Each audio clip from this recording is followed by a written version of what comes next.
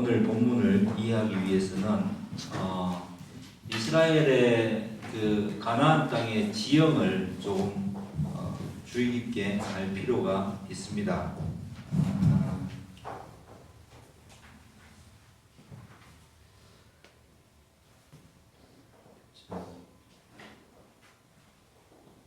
이쪽이 지중해겠죠. 지중해. 여기가 갈릴리, 요단강, 여기가 사해.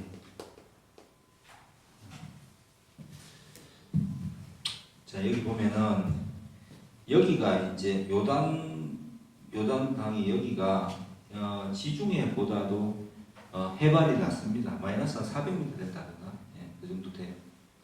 그리고 4개 지역으로 나눌 수 있는데 이 협곡을 건너서 이쪽 지역은 산지입니다. 산지에서 이쪽으로 가면은 여기가 평야인데 구릉이네. 구릉 알죠? 산에 내려가서 이렇게 넓게 펼쳐진 구릉. 그다음에 여기가 해안 평야입니다.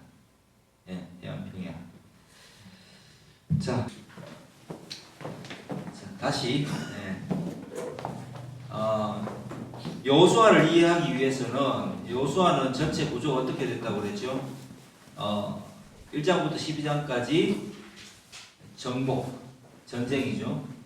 그 다음에 21장까지 분배, 그 다음 22장부터 24장까지는 여호수아의 마지막 백성을 향한 부탁, 이렇게 3등분되어 있습니다. 그래서 제일 중요한 것은 이 지형을 이해하고 분배가 어떤 식으로 일어났는지를 보는 것입니다. 그래서 여기에 많은 지명들이 등장하는데 성경을 좀 더 구체적으로 우리가 알기 위해서는 이 지형에 대한 이해가 필요하겠죠. 자, 이렇게 이제 구성이 되어 있는데 뭐 단면도를 얘를 이렇게 그 땅을 뒤집어서 보자면 뭐 이렇게 되겠죠. 자, 여기가 여기 요단강부터 시작하자면은 여기가 지표면이면은 이렇게 내려가 있고, 그 다음에 이렇게 산지가 올라가 있고 구름이 있고 다시 이렇게 평지로 이어지는 뭐 이런 형태가 되겠죠. 여기에 등장하는 벳호른이라고 하면은 이렇게 벳호른으로 올라가서, 그죠? 오늘 그 본문에 등장하는 벳호른에서 내려가는 길에 어디까지 이르기를, 여기에 보면은 아세가에 이르기까지, 벳호른에서 아세가까지 길이가 32km 정도 됩니다. 굉장히 먼 거리죠. 그때까지 오늘 본문에 보니까 우박이 떨어져서, 칼에 죽은 자보다 우박에 떨어져 맞아 죽은 자가 훨씬 더 많다라고 표현하고 있습니다. 오늘 본문을 보면은 이 기브온이 화친을 청하고 나서 조약을 맺게 되고, 기브온이 조약을 맺었다는 소식을 주변 가나안 이 성읍의 왕들이 듣게 됩니다. 근데 기브온에 대한 설명이 나오죠. 왕도라, 아이보다 훨씬 크다. 아이 성보다. 그리고 굉장히 성 자체가 그 중에 히위 족속 중에서도 그 제일 먼저 등장하잖아요. 그래서 짱 중에 짱이다. 제일 큰 성읍이고 제일 강한 족속인데, 이 사람들이 이 이스라엘에게 마음으로 저버리고 화친을 요청했다는 소식을 듣게 되니까 여기에서 사람들의 반응이 갈리게 됩니다. 속였던 어쨌든 이제 주변 사람들이, 주변 민족들이 듣기에는 이 가나안 족속이 듣기에 기브온이 그냥 그렇게 쉽게 항복을 하고 오히려 보호를 요청했다고, 이러면 안 되는데라는 생각이 들었던 겁니다. 그래서 예루살렘 왕, 그 다음에 이 주변에 있는 이 왕들이 연합해서 기브온을 치려고 합니다. 이스라엘을 치는 게 아니라 기브온을 치려고 연합해서 이렇게 기브온을 쳐들어가게 됩니다. 그렇게 했을 때 제가 지난주에 얘기했죠. 기브온이 하이플레이스라고. 예. 이 산지의 어느 지형에 여기에 기브온이 있겠죠. 그래서 이제 기브온 사람들은 연합해서 이 치러 온다는 소식을 듣게 되니까 난리가 난 거예요.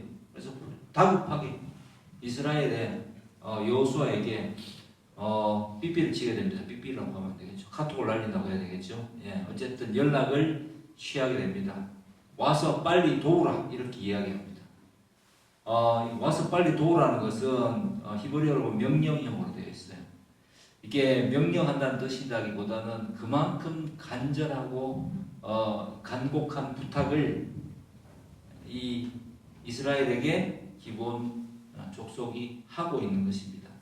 그래서 조약을 맺었으니까 당연히 이스라엘 그 민족들은 이들을 보호하기 위해서 화친의 조약을 맺었고 종살이를 하기로 했기 때문에 이들을 보호할 의무가 있습니다. 그래서 보호하기 위해서 기본을 대신해서 싸우려고 올라가는 이 장면을 오늘 본문이 표현하고 있는 것입니다. 그렇다면 제일 첫 번째 봐야 될 것은 왜 아도니세덱 이 예루살렘 왕과 이 나머지 이 네 왕은 왜 기브온을 치려고 했을까? 이스라엘이 아니라. 그 이유는 어렵지 않죠. 누구든지 이스라엘 족속에게 항복하는 이런 기브온 같은 경우가 있다면 익고를 당하게 된다는 것을 보여주고 싶었을 것입니다. 그래서 본보기로 이 기브온을 연합해서 치려고 하는 것입니다. 기브온을 쳤을 때 만약 이스라엘이 보호하지 못한다면 자기들이 생각할 때에 가장 강한 족속들인데 이들을 보호하지 못한다면 이스라엘도 타격이 심할 것이라고 이렇게 보게 된 거죠.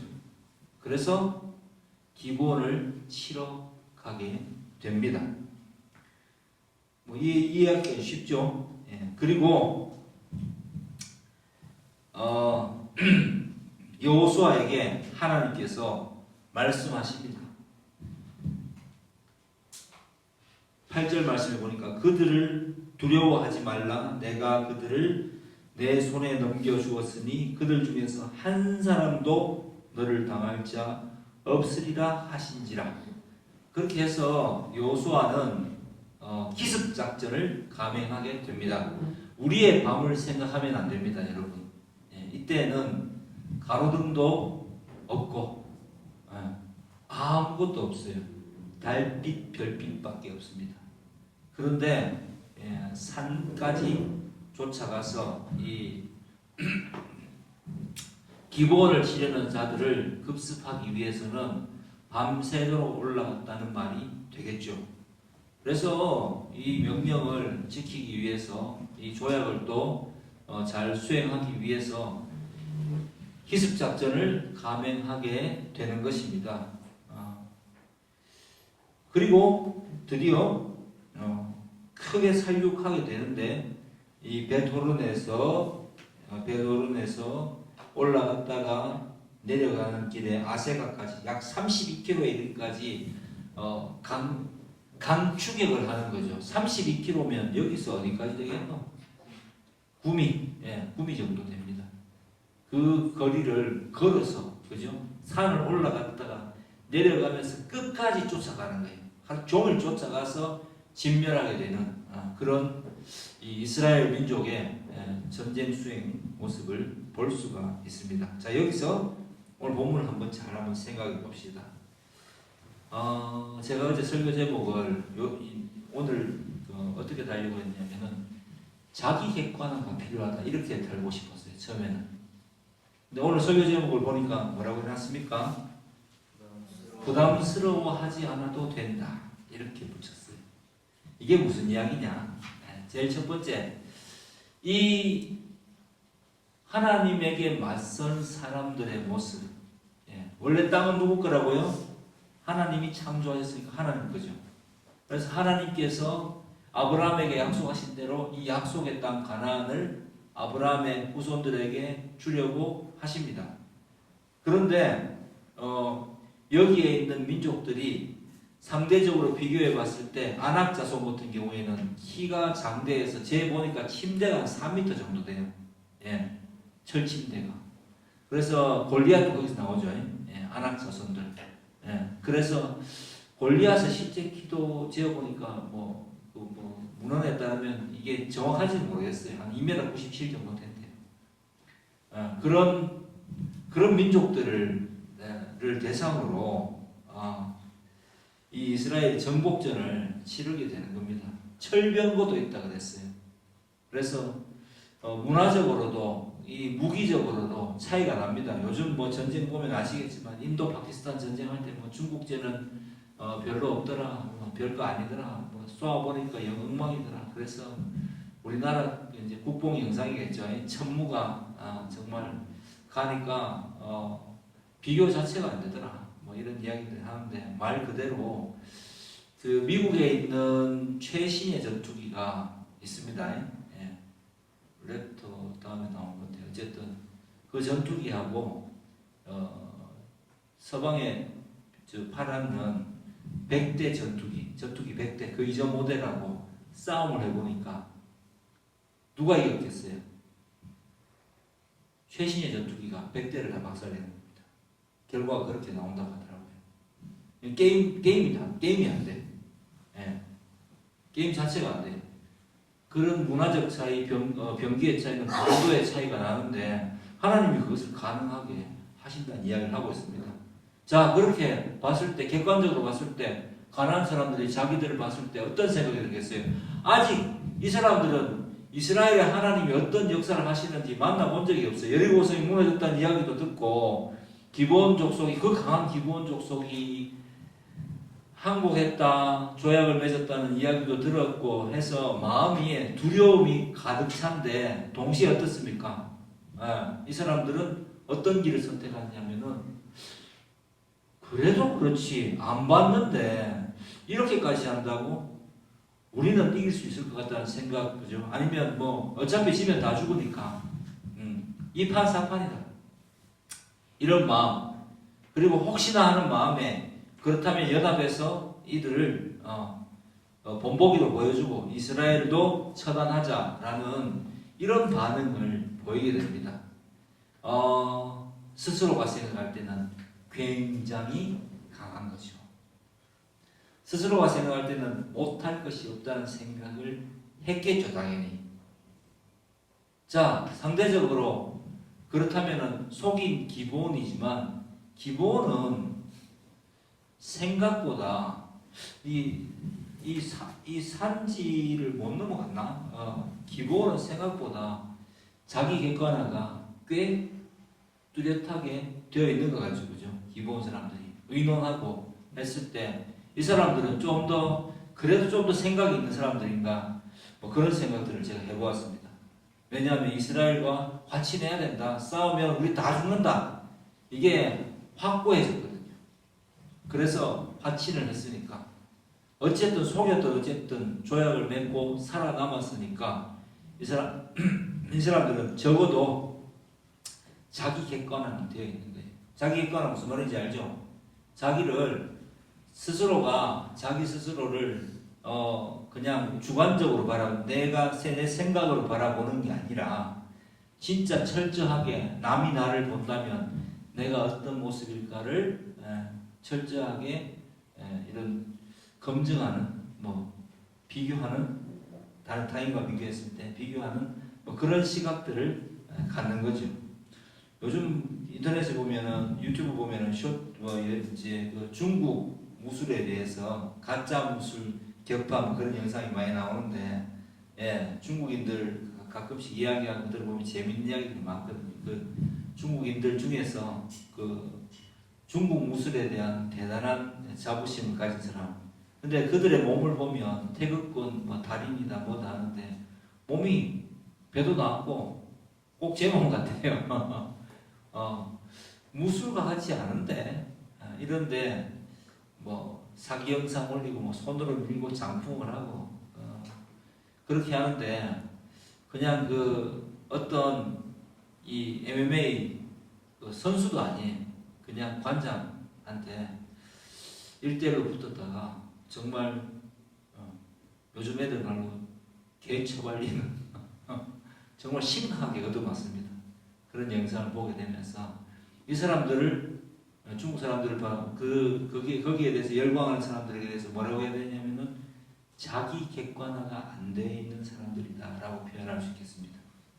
예. 근데 사람의 제일 심각한 점이 그건 것 같아요. 원죄를 짓고 나서 원죄가 뭔지 알죠? 자기가 옳고 그름을 판단하는 기준을 세우는 것. 그게 제가 생각하는 사람의 원죄입니다. sin, sin, 원죄의 내용입니다. 사람은 자기를 기준점에 세웁니다. 자기가 옳고 그름을 판단하고 싶어하는 기준을 자기가 세우는 것을 원죄라고 하죠. 그래서 사람들은 예수를 믿지 않으면 누구나 다 그런 생각을 가지고 있죠. 그래서 말을 이렇게 합니다. 냉정하게 봤을 때도 솔직히 객관적으로 봤을 때도 라는 말을 우리나라 사람 같으면 하겠죠. 이스라엘 민족한테 질 일이 정말 있겠나. 물론 소문은 그렇다고 하지만 충분히 이길 수 있지 않겠나라는 생각을 이 아모리 족속들이 했다는 이야기입니다. 자, 우리가 성경을 보니까 이제 이겼다는 걸 아니까 하나님이 함께 하셔서 우박을 쏟은 것까지 우리 다 봤으니까 영화를 보는 관점이니까 그렇게 생각하지. 그걸 알지 못하는 상태에서 우리가 이런 현실을 맞닥뜨린다면 힘 있는 사람들이 우리를 쳐다볼 때 그죠? 얼마나 쉽고 가소롭게 여길 수 있지 않겠습니까? 특히 자본주의 사회에서는 힘을 가진 자, 권력을 가진 자, 돈을 가진 자들, 사회적으로 뭔가 지위가 있는 사람들, 여러분 직장이나 여러 사람들을 대하지만은 그런 사람들을 봤을 때 실질적으로 사회 생활을 해보면 정말 쉽지 않거든요.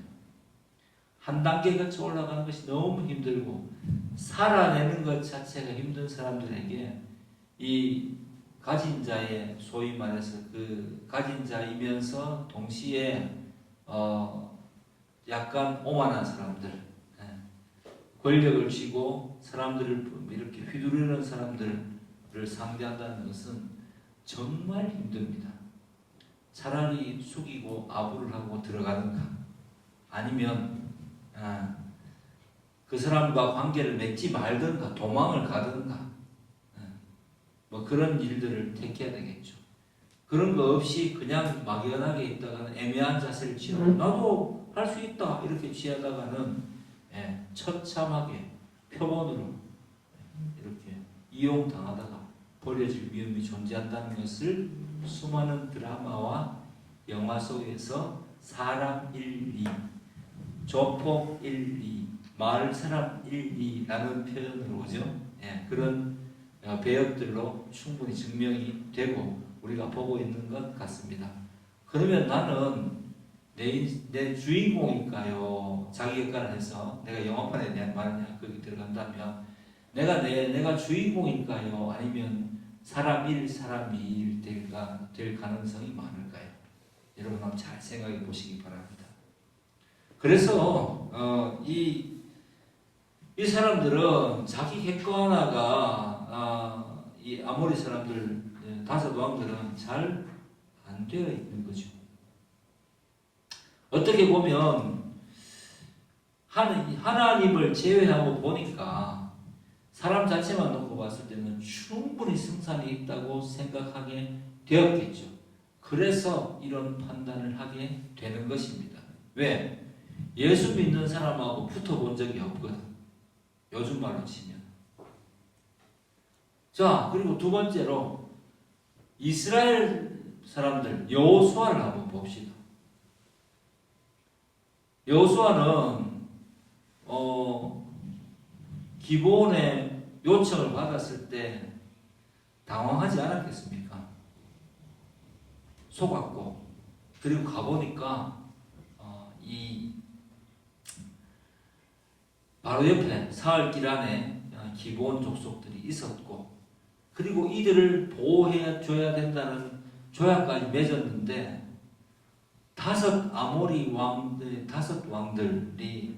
연합해서 기브온을 치러오고 이스라엘을 치기 위해서 그 장대하고 강한 민족들이 싸움을 걸어온다고 생각했을 때 하나도 아니고 다섯이 한꺼번에 상대해야 되는데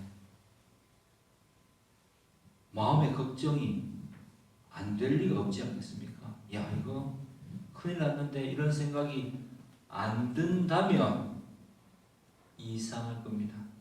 그런데 오늘 본문을 보면 그때에 여호수아가 하나님께 기도했습니까? 여호와가 하나님이 먼저 여호수아에게 말씀하셨습니까? 나오죠, 그죠? 8절에 보면 여호와께서 여호수아에게 먼저 말씀하십니다. 이게 예수 믿는다는 말의 정확한 의미입니다. 그리고 우리는 우리 자신을 볼 때 우리 자신만 놓고 봤을 때는 항상 우리는 어떤 존재입니까? 나약하고 죄인이었고 별 볼 일 없을 수밖에 없었던 상태에서 건짐을 받은 그러한 존재인데, 예수님을 함께 우리가 예수님 안에 거하는 거잖아요. 그죠? In Jesus name, 아멘이잖아요. 예수님 이름으로 기도한다는 게 in Jesus name, 예수님 이름 안에 우리가 거하는 거죠. 그러니까 하나님이 우리를 상대하실 때 다른 세상 모든 사람들은 죄인으로 바라고 바로 다이렉트로 상대하시지만, 심판의 하나님 상대하시지만, 우리는, 예수 믿는 우리는 먼저 예수님의 이름 안에, 예수님 안에, 울타리 안에 보호된 상태로서의 예수 안에 있는 예수님 안에 거하는 나로 하나님의 그 부르심을 받게 되는 것입니다. 그래서 여호와께서 이 여호수아에게 먼저 말씀하십니다. 두려워하지 말라고. 한 사람도 너를 이기지 못할 거라고 그렇게 말씀하시는 것입니다. 그렇게 했을 때 여호수아는, 이스라엘 백성들은 담대함을 얻게 됩니다. 비로소 진짜 자기가 어떤 상태에 있는지를 깨닫게 되는 것입니다. 저는 여러분에게 오늘 이거를 꼭 알려주고 싶어요. 우리가 예수를 믿는다는 게 어떤 거냐? 이 내 삶이 예배인데 이 삶을 거룩하게 예배자로서 살아간다는 것이, 구별되게 살아간다는 것이 어떤 것이냐? 내가 정말 열심히 어떤 상황에서도 열심히 하면서 하나님을 위해서 막 일하는 것이 그게 거룩한 삶이냐? 보통 그렇게 생각하거든요. 아니요, 아닙니다.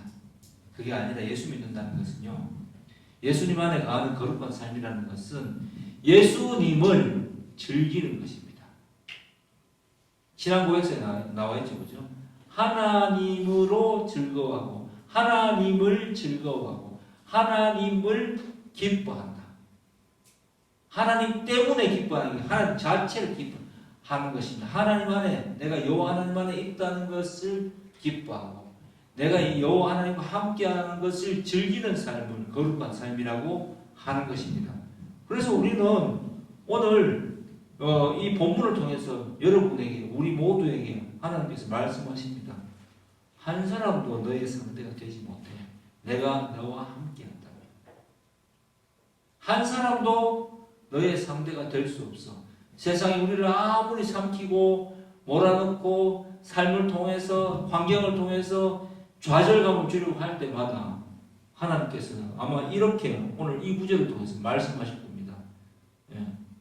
한 사람도 너를 대적하지 못할 것이라고. 내가 너를 지명하여 불렀고 너는 내 것이기 때문에 절대로 너를 해할 자가 없을 것이야. 오히려 싸워. 여기 구약에서는 죽이러 가서 정복하죠. 신약에서 지금 오늘 살아가면 우리는 어떻게 해야 되겠습니까? 예수 그리스도의 말씀처럼 하나님을 전적으로 사랑하고 이웃을 내 몸과 같이 사랑하는 그런 삶을 통해서 승리할 수 있다는 겁니다. 한 영혼을 불쌍히 바라보고. 제가 이번 주에 그 썸네일 하나 봤는데 뭐 여러 목사님 설교를 좀 참고하고 보다 보니까 역시 우리 박영선 목사님 그 했는 그 글 중에 이렇게 말씀하신 글이 있더라고요. 그냥 썸네일만 봤죠. 악한 사람에게 앞에서 착하게 구는 것은 뭐라고 했더라? 잘 기억이 안 나는데 어쨌든 뭐 바보짓이라는데, 악한 사람 앞에서 예수 믿는 사람이 착한 척하는 것은 아주 어리석고 바보 같은 짓이다. 뭐 이런 썸네일 본 적이 있습니다. 실제로 그래요. 우리를 삼키려고 나올 때 비굴해지지 마시기 바랍니다. 담대해도 돼요. 하나님께서 우리와 함께 하시기 때문에 담대하게 나가도 되고요. 떳떳하게 나가도 된단 말입니다. 담대한다는 것은 요즘으로 치면 뭐 예를 들어서 그 사람들을 뭐 싸워서 죽일 겁니까? 그건 아니겠죠. 담대하게 그들을 누구를 대하든지 담대하게. 하나님께서 나와 함께 하실 때 인간이 뭐 나를 어떻게 할 수 있겠느냐? 내가 저 사람의 상태를 알지 않느냐? 자기 객관화가 안 돼 있어. 나는 자기 객관화가 되어 있는 거지. 나와 함께 하나님이 하시기 때문에, 예수 그리스도 안에 내가 있기 때문에 주님께서 나의 삶을 인도하시겠지. 나의 가는 길 주님 인도하시니 그는 보이지 않아도 날 위해 일하시네. 주 나의 인도자 항상 함께 하시네. 이 찬양이 바로 그런 의미예요. 보이지 않지만 항상 주님은 우리를 인도하십니다. 말씀으로 인도하시고요. 그리고 실질적으로 삶에서도 강력하게 인도하십니다. 그런 삶을 여러분 맛보고 있습니까? 제가 우리끼리 보려고 유튜브를 자꾸 찍으니까 신경이 쓰여서 어떤 예언을 들어야 될지 한참 생각을 해보는데, 그냥 저는 그런 것 같아요. 이 일을 병행하면서, 이중직을 하면서 일을 병행하면서 살아가다 보면은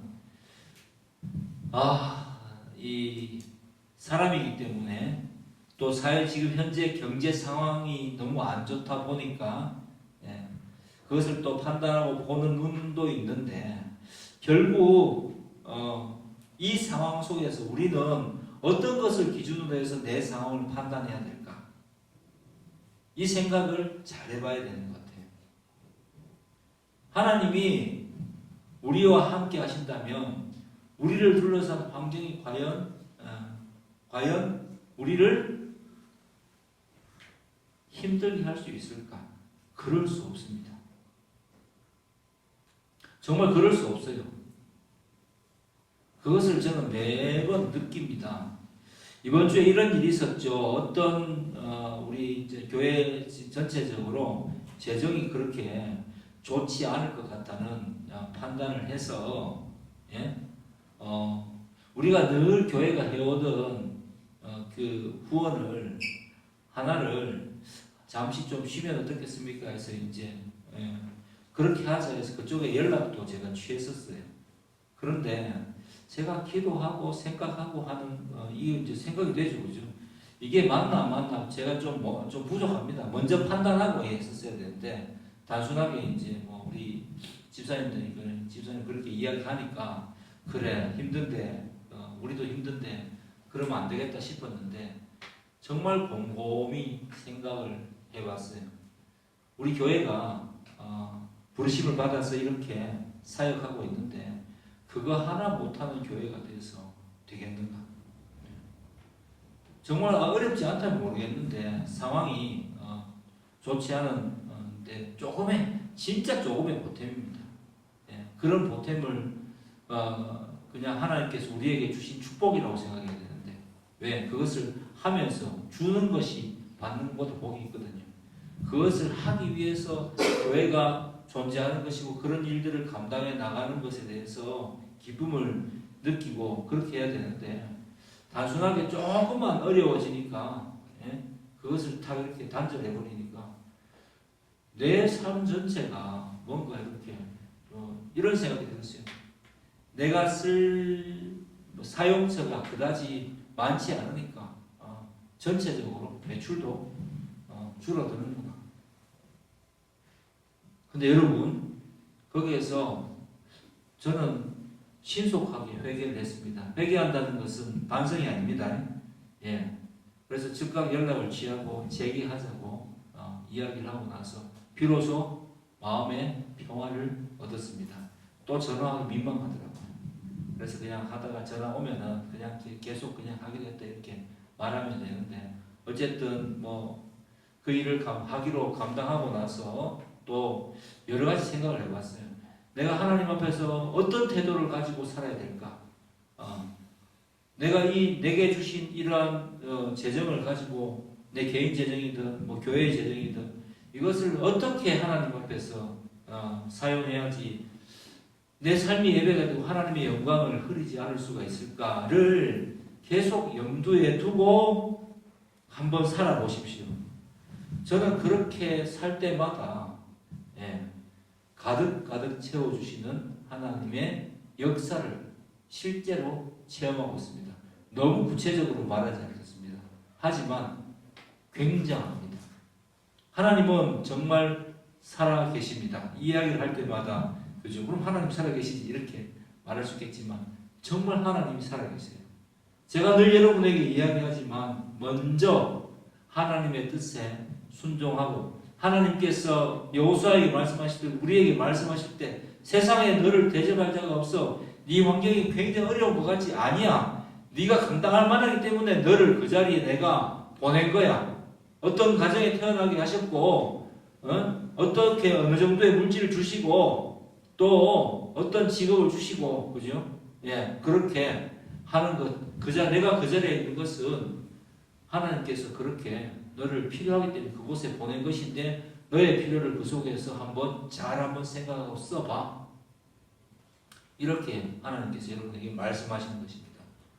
여러분 많은 사람에게 그죠? 많은 사람을 다니엘서 12장 3절에 말씀드린 많은 사람을 주께로 돌아오게 하려면 우리가 어떤 사람이 되어야 되겠습니까?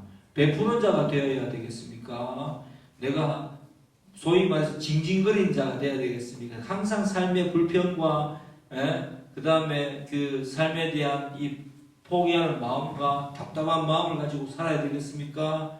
아니면 어떠한 상황에서도 털어버리고 내가 베푸는 자가 되기로 결심하고 내가 하나님의 뜻을 행하는 자가 되기로 결심하는 그런 사람이 되어야 되겠습니까? 잘 한번 생각해 보십시오. 먼저 결심하고 내가 지금 비록 가진 게 없지만 내가 베풀 수 있는 그죠? 그런 주변의 사람들을 기도하고 그렇게 바라보기 시작하고 눈을 뜨고 먼저 내 것을 나누어 줄 수 있다면 내 것을 나누는 게 내 몸처럼 사랑하는 거잖아요. 안 그래요? 내가 나를 위해 쓸 때는 아깝지 않잖아요. 그러면 내가 내보다 어려운 사람을 위해 쓸 때 아까운 마음이 들죠? 들긴 드는데 그것을 그렇다 할지라도 그것을 극복하고 내어줄 수 있는 것 그게 하나님께서 우리를 사용하시고자 하는 그런 목적에 부합하는 삶이 아니겠습니까? 그래서 내 삶을 사실 불평할 이유가 없어요. 예수를 믿는다. 지금 그 자리에서 그 일을 행하다 보면은 세월이 흘러보면은 점점 더 그 사람은 야베스처럼 지경이 넓어지는 사람이 될 거예요. 야베스의 기도가 나의 지경을 넓혀달라는 거잖아요. 그죠? 야베스가 그렇게 이야기했듯이 내 삶도 나의 지경이 넓어지는 거예요. 내 지경이 내 건물이 많이 늘어나고 이런 게 지경이 아니잖아요. 내가 영향력을 끼칠 수 있는 사람 점점 이 섹터가 계속 영역이 계속 확장되는 거 그걸 지경이 넓어진다고 표현하는 것입니다. 하나님께서 함께 하시기 때문에. 그래서 세상이 이렇게 크고 내 같은 게 이 정도 한다고 해서 편안하겠나? 아니요. 예수님께서는 이런 식으로 일하십니다. 예수 그리스도께서 오신 이후로 교회는 항상 그렇게 일해왔어요. 없는 가운데서 나누고요. 예. 그리고 그 나눔이 믿는 자들이 함께 볼 때에 그 속에서 또 운동이 일어나고 부흥이 일어나고 또 나눔이 더 커지고 그렇게 할 때마다 한 나라가 변했고 한 지역이 변하고 나를 둘러싼 이 소규모의 사회들이 변해가는 놀라운 역사들을 교회사는 보여주고 있습니다. 청교도가 미국에 처음 갔을 때, 현재 미국 말고 말입니다. 영국에서 그 메이플라워입니까? 그 배를 타고 가서 청교도들이 들어가서 거기에서 하나님 중심으로 살고자 했을 때 거리에 악한 사람들, 도둑질하고 나쁜 사람들이 있으면 좀 극단적인 얘기는 하지만 목사님들이 묶어놓고 배를 때릴 정도로 그 정도로 복음의 범위가 있었고 그때의 그 사회는 굉장히 건강한 사회고 도덕적으로도 훌륭한 사회였다고 뭐 미국 초창기 역사를 보면 그 교회사를 보면 그렇게 증거하고 있습니다. 자, 그렇기 때문에 오늘 말씀의 이 설교의 제목이 이제 성립이 되는 거죠. 내가 저 아무리 사람하고 싸워서 이길 수 있을까? 내가 내 주변을 둘러싼 이 막막한 환경에서 내가 살아남을 수 있을까? 아니요. 내가 하는 건 안 되지. 내가 예수님의 손을 꼭 붙잡고 예수님이 나와 함께 하신다는 분명한 믿음을 가지고 이 상황을 바라보기 시작한다면 그때 하나님께서 여호수아 몇 절? 10장 8절 말씀으로 여러분에게 말씀하십니다.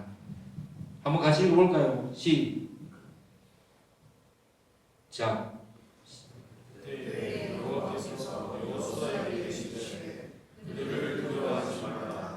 내가 그들을 내 손에 넘겨 주었으니 그들 중에서 한 사람도 너를 당할 자 없으리라 하신지라. 아멘. 할렐루야. 아멘. 이렇게 하나님이 꿈속에 나타나셔서 말씀하시는 게 아니라 오늘 설교 중에 선포된 이 말씀으로 여러분을 딱 찾아가서 위로해 주신 겁니다. 자, 이 말씀이 여러분 지금 가슴에 탁 와닿고 그렇구나라고 믿어집니까? 그러면 성령께서 여러분들에게 지금 말씀하시는 겁니다. 그리고 성령님께서 계속해서 생각나게 해 주실 것입니다. 그러면 내가 내 앞에서 산적해 있는 이 문제들을 바라볼 때 한 발짝만 다 떨어져서 보세요. 크게 부담스러워하지 않아도 됩니다. 제가 늘 취하는 방식이기도 하죠. 답답했다가 제가 늘 하는 말이 있죠. 어떻게 되겠지 뭐. 어차피 난 능력이 없었는데 뭐. 그런데 끌고 하나님이 이 약속을 믿고 오다 보니까 이만큼 살아왔는 거고 그리고 내 인생 여정을 야곱의 그 마지막 고백처럼 돌아보니까 그 나그네 길에서 한 번도 하나님 함께 하시지 않은 적이 없었다는 것입니다. 그래서 다른 건 다 포기하더라도 예수 믿는 이 믿음을 떠나지만 않는다면 나는 모든 것을 가졌고 나는 모든 상황에 대비할 수 있고 나는 좌절하지 않아도 되고 나는 이제 더 행복해질 거고 이 행복이라는 개념이요. 현재 상태에서 자꾸만 우리는 행복을 뭔가 먼 곳에서 찾으려고 하는데 현재 내가 기뻐하는 것이 있습니까? 내가 힘든 상황 속에서 자 우리 뭐 누구를 예를 들기가 좀 그렇죠. 내가 힘든 일을 지금 하면서 함께 살아가고 있는 그죠? 우리 가족들을 보십시오. 보면서 자 부모가 혹은 자식이 혹은 뭐 가정에서 누구나 다 부양의 의무를 가지고 있겠죠, 그죠? 우리 김상훈 집사님 가정은 김상훈 집사님 가졌을 거고 구 집사님 가정은 구 집사님이 감당해야 될 거고, 그죠? 내 가정은 뭐 우리는 부부끼리 이렇게 감당하고 있고, 다 저는 뭐 개인 사람 모릅니다만 뭐 혼자 사는 사람, 같이 사는 사람, 어쨌든 부양의 의무를 진다는 것은 대단히 힘든 일이거든요. 그런데 또 가족이 또 다 친할 수는 없잖아요. 그럼에도 불구하고 가만히 내 삶 속에서 지금 내 삶이 영위되고 있고 내가 어떤 주님께 주신 재능이 있잖아요. 그것을 가지고 살아낼 수 있고 또 누군가 내 옆에 하나님께서 붙여주신 사람들이 나를 서포트 해주고 있다라는 생각을 한다. 저는 그게 교회라고 보거든요. 세상은 그걸 못해. 근데 하나님이 하시고 하나님은 또 교회를 통해서 사람들을 만나게 하시고 서로 나눌 수 있게 하시는 교제하게 하시는 것 그런 역사를 하십니다. 그래서 우리를 교회로 부르시는 거예요. 자 그렇게 하고 있다면 이 상태가 내가 감당할 수 있는 상태라면 그죠? 은행으로 장고로 이야기하자면 오늘 쓰고 나면 내일은 모르겠는데 어쨌든 오늘을 살아낼 수 있어. 그리고 걱정했는데 또 채워져.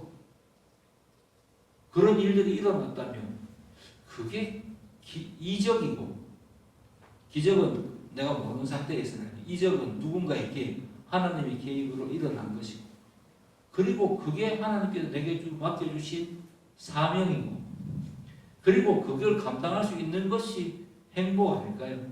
행복의 선임 한번 바꿔보세요. 그게 행복이에요.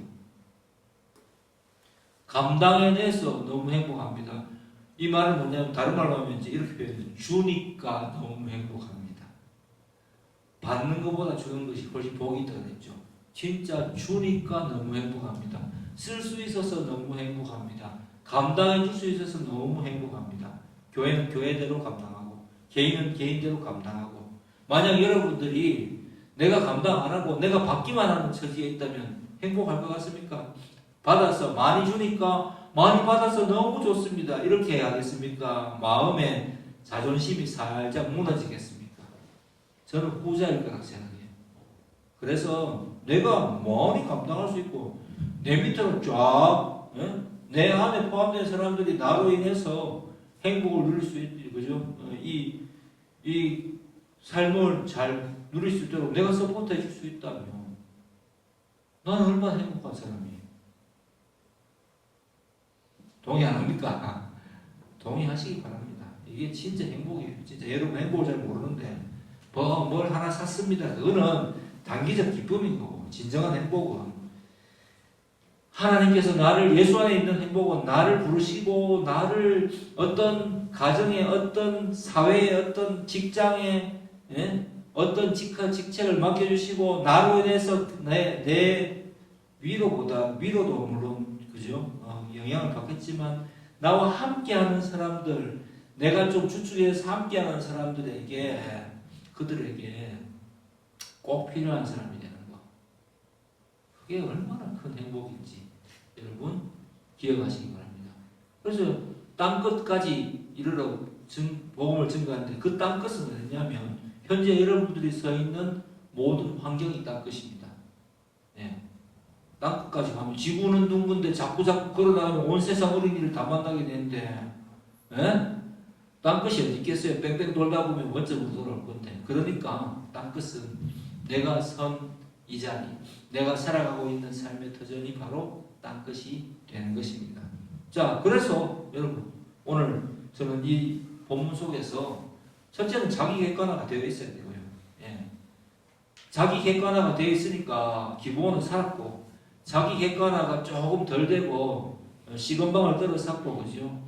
이길 수 있지 않겠나 했으니까 하나님이 어떤 존재인지를 모르니까 얘네들은 박살 나는 거고 여호수아는 하나님이 어떤 존재인지를 알고 하나님이 그 사람이 여호수아에게 나타나셨고 자녀 삼아 종 삼아 주셨고 그죠? 자녀 삼아 주셨고 지도자로 세우셨고 그 능력이 어떠함을 체험했기 때문에 그 안에 서 있는 나에 대한 객관화가 확실하게 되어 있는 것입니다. 신약으로 넘어가서 바울이 기가 막힌 말을 했습니다. 정말 바울은 완벽한 자기 객관화가 되어 있는데 한번 찾아가서 읽어보겠습니다. 고린도전서 1장 25절부터 한번 읽어보겠습니다. 25절만 여러분들이 함께 읽어봤습니다. 고린도전서 1장 25절 시작.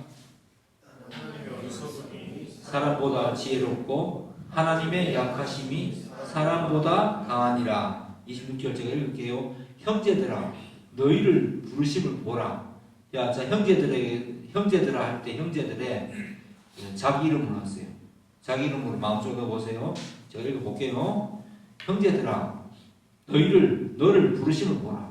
육체를 따라 지혜로운 자가 많지 아니하며 능한 자가 많지 아니하며 문벌 좋은 자가 많지 아니하도다. 그러나 하나님께서 세상에 미련한 것들을 택하사 지혜 있는 자들을 부끄럽게 하려 하시고 세상에 약한 것들을 택하사 강한 것들을 부끄럽게 하려 하시며 하나님께서 세상에 천한 것들과 멸시받는 것들과 없는 것들을 택하사 있는 것들을 폐하려 하시나니 이는 이게 뭐였어요? 왜 그러냐 하면 아무 육체도 하나님 앞에서 자랑하지 못하게 하려 하심이라. 그러면 너희는 할 때 자기 이름 넣으세요. 하나님으로부터 나서 그리스도 예수 안에 있고 예수는 하나님으로부터 나와서 우리에게 시작 지혜와 의로움과 거룩함과 구원함이 되셨으니 기록된 바 자랑하는 자는 주 안에서 자랑하라 함과 같게 하려 함이라. 아멘. 예, 사도 바울은 고린도에 보내는 이 고린도전서에서 이렇게 편지에서 이렇게 말합니다. 하나님이 어디 있습니까? 사람보다 지혜롭고 우리가 무슨 짓을 해봤자 창조주이신 하나님을 감히 발끝이라도 따라갈 수 있을까? 절대로 그럴 수 없다는 거지. 그런데 그 하나님이 나의 하나님이요, 우리의 하나님이요, 나의 삶을 주관하시고 나의 삶을 인도하시는 분이니까 우리가 무슨 걱정을 할 필요가 있겠느냐 말입니다. 그래서 여러분 인생 앞에서 너무 좌절금지, OTL 금지, 좌절금지. 예, 왜? 하나님이 나를 지금의 상황 속으로 부르셨어요. 예. 지금 젊은 사람들은 더 그렇죠. 뭔가 쥔 게 없고 세상이 불안하죠. 예. 뭔가 끝이 안 보이고 경제도 안 좋은데 뭘 해서 되겠나라는 생각이 들 수 있죠, 충분히. 그런데 여러분 보십시오. 그래도 지금 살아가고 있고, 예? 여러분 주변에 있는 음악하는 사람들을 보십시오. 다 음악하니까 국문학과도 안 봐야 되겠지. 예. 보십시오. 여러분보다 훨씬 어려운 사람이 많습니까? 잘 나가는 사람이 많습니까? 생각해보면 뭐 그렇게 그죠? 내 상황이 나쁘지는 않을 것 같아요. 저는 특히 우리 교회 우리 김신 양상불 다 김신 양상불이니까 예. 보면 생각해도 뭐 나쁘지 않을 것 같아요. 예. 일할 직장이 있고 살고 있는 집이 있고 예. 잘 한 달 하루하루를 또 잘 견디고 있고 그렇게 하는데 그 속에서 또 점점 더 내가 신앙을 가지고 한번 믿고 살아보세요. 뭐 소위 말해서 뭐 예? 하나님께서 여러분에게 사실 뭐 노력해가지고 해봤잖아요. 뭐 공모 사업도 주실 거고, 그죠? 그 속에서 또 누군가를 또 예상치 못하게 탁 만나서 또 뭐 아티스트도 되고 있고, 예? 또 어쩌다가 보면 또 누군가를 만나서 또 어떻게 흘러갈지 알 수 없어. 근데 여러분들이 꼭 결심해야 될 건 뭐냐면 그렇구나. 하나님 나를 인도하시는구나. 나는 하나님의 자녀이구나. 내가 예수 믿기로 결심하고 예수님 앞에 내가 상황을 설정하고 이렇게 하면 안 되고 이렇게 하면 되고 이런 걸 내가 설정하지 마. 그냥 내가 예수 안에 있고 예수님을 믿는다면 내가 예수를 믿는 자녀가 맞다면 분명하게 어떤 포지션을 취해야 될지만 결정하면 돼요. 그러면 꼭 문제 같아 보이던 것들이 오히려 문제가 되지 않고 해결이 되는 놀라운 역사를 경험하게 될 겁니다. 그러면 그 뒤에 또 시간이 지나왔을 때 지금 현재 여러분이 미적미적 떼다가 놓친 것들을 결정하고 나서 잘 소위 말해서 잘 나가게 되고 난 뒤에 이 현재 2025년에 5월에 어떤 이 상황을 생각해 보면은 이런 생각이 들 거예요. 한 1월 달쯤에 그냥 그렇게 할 걸. 처음부터 그만 열심히 잘 믿을 걸. 처음부터 순종할 걸. 처음부터 결심하고 주님 안에 가겠다고 할 걸. 이렇게 분명히 말하게 될 것입니다. 그래서 주도적으로 저는 여러분들이 아까 뭐 선체 그런 이야기 했는데 다른 것들도 가르치고 자꾸 내 영역이 확장되고 그 속에서 또 나를 또 객관화시켜서 점점 더 좋은 실력자가 되고 그렇게 하다 보면은 사실 자리는 모든 상황은 그 인간관계 속에 뭐 누군가를 기댄다는 것은 얼마나 허무한 일이에요. 안 그래요? 사람을 믿고 사람에게 의지하고 사람에게 기댄다는 것은 굉장히 웃긴 일이에요. 그렇다고 해서 사람을 무시하라는 이야기는 아니야. 나에게 좋은 영향력을 주고 있는 사람은 하나님께서 그분을 보내주셨는데 근데 그분을 하나님보다 더 사랑하면 안 돼. 더 믿으면 안 된다는 그 말입니다. 최선을 다해서 대하되 내 상황은 하나님께서 인도하신다는 분명한 믿음을 가지고 있을 때 여러분의 삶은 사막의 길이 만들어지는 역사를 보게 될 것이에요. 사막의 길이 만들어집니다. 그런 역사를 분명히 보게 될 것입니다. 그리고 내가 부담스러워할 게 뭐 있어? 어차피 나는 원래부터 해결 능력이 없었는데 제가 인터넷 홍보를 하면서 바보샵으로 홍보를 하잖아요. 결국은 어떻게 해야 되냐면은 전화가 와야 돼요. 내가 손님을 만날 수 있는 길이 없어요. 그렇지 않나요? 전화가 와야 되는데 전화가 안 오는데 전화를 오게 할 방법이 뭐가 있을까요?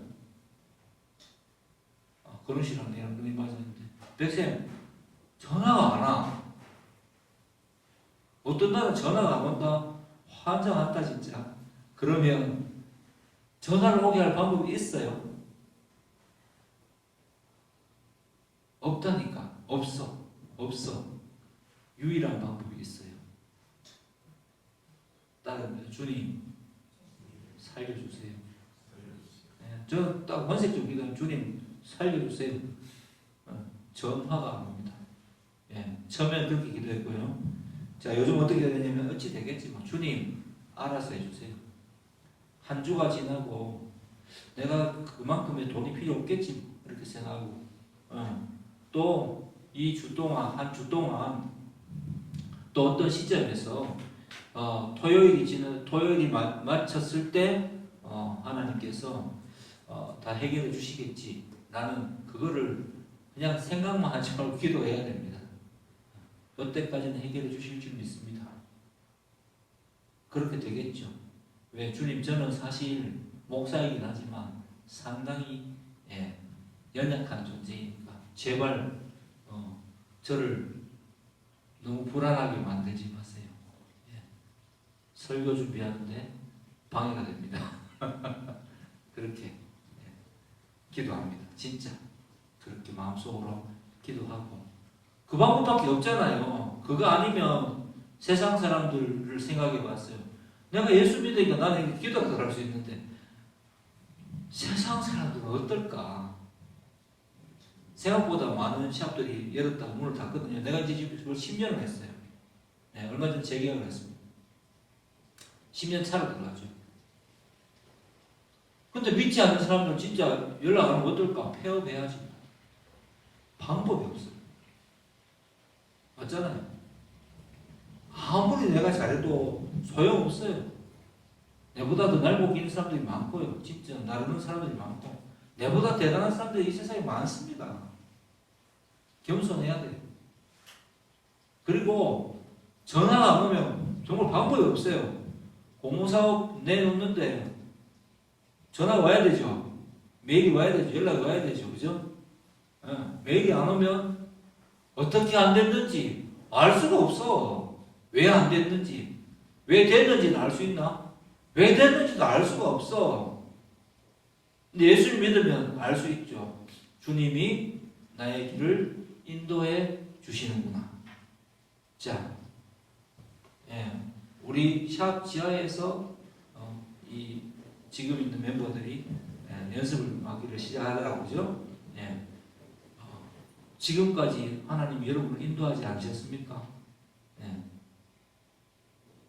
인도하시죠. 뭐 꼭 김신앙사뿐만 아니라 다들 인도하시죠. 지금까지 좋아지고 있잖아요. 지금은 또 그렇게 안 들어오던, 그죠? 공공사업 들어오죠. 아까 뭐 그렇게 이야기하기 너무 좋더라고요. 근데 왜 들어왔는지 알아? 모르잖아. 왜 들어왔는지. 알 수가 없어. 그 모든 인간관계에 있는 그 모든 많은 생각들을 과연 누가 함부로 바꿀 수 있냐고. 사람 하나를 바꿀 수 있어요? 못 바꿔요. 오직 예수 그리스도, 우리의 이 세상을 주관하시는 하나님 아버지만이 자신의 자녀를 이 세상 속에서 부끄럽지 않도록 자신을 드러내는 반사판, 이 세상의 빛과 소금의 역할을 감당할 수 있도록 그 사람을 사용하기를 기뻐하십니다. 할렐루야. 꼭 믿으시기 바랍니다. 그렇게 할 때 여러분은 절대 부담스러워하지 않아도 돼요. 너희는 어떻게 하라고요? 범사에 감사하라. 쉬지 말고 기도하라. 항상 기뻐하라. 범사에 감사하라. 쉬지 말고 기도하라. 이는 그리스도 예수 안에서 너희를 향하신 하나님의 뜻이니라. 할렐루야. 승리하시고 하나님을 온전히 하나님께 딱 붙어서 예수님을 나의 구주로 믿고 영접하고 따라가는 결단이 있는, 항상 매일 또 결단을 새롭게 하는 저 여러분 되기를 주의 이름으로 축복합니다. 기도하겠습니다. 하나님 아버지,